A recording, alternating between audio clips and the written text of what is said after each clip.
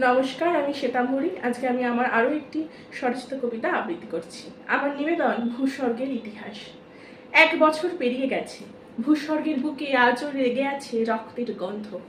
তাই ভূস্বর্গও কখনো কখনো নিজের ভাঙা ডানায় কেঁদে ওঠে। ভূস্বর্গ, যে নাম শুনলে চোখে ভেসে উঠত স্বপ্ন, আজ সেখানে লেগে আছে অসংখ্য নীরব আর্তনাদ। পেহেলগাঁওয়ের পাহাড়গুলো আজও দাঁড়িয়ে, কিন্তু তারা আগের মতো নয়।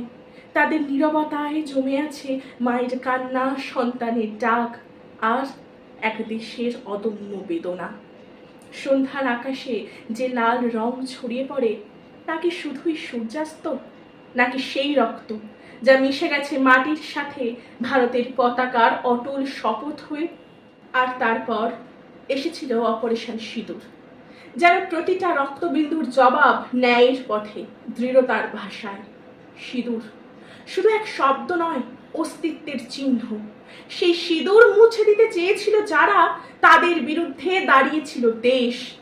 যেন প্রতিটি কপালের লাল দাগ আবার সম্মানের সঙ্গে জ্বলে ওঠে। 1 বছর সময় শুধু ক্যালেন্ডার বদলায়, কিন্তু পাহাড়ের বুকের ভেতর এখনো ধক ধক করে সেই দিনের রক্ত।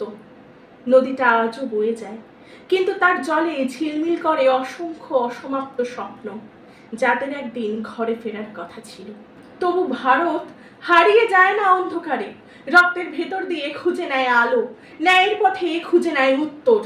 ভূস্বর্গ একদিন আবার হাসবে, আর সেই হাসিতেই মিশে থাকবে রক্তের স্মৃতি, সিঁদুরের মর্যাদা, আর এক জাতির অটুট প্রতিজ্ঞা। ভূস্বর্গ একদিন আবার হাসবে, আর সেই হাসিতে মিশে থাকবে রক্তের স্মৃতি, সিঁদুরের মর্যাদা, আর এক জাতির অটুট প্রতিজ্ঞা।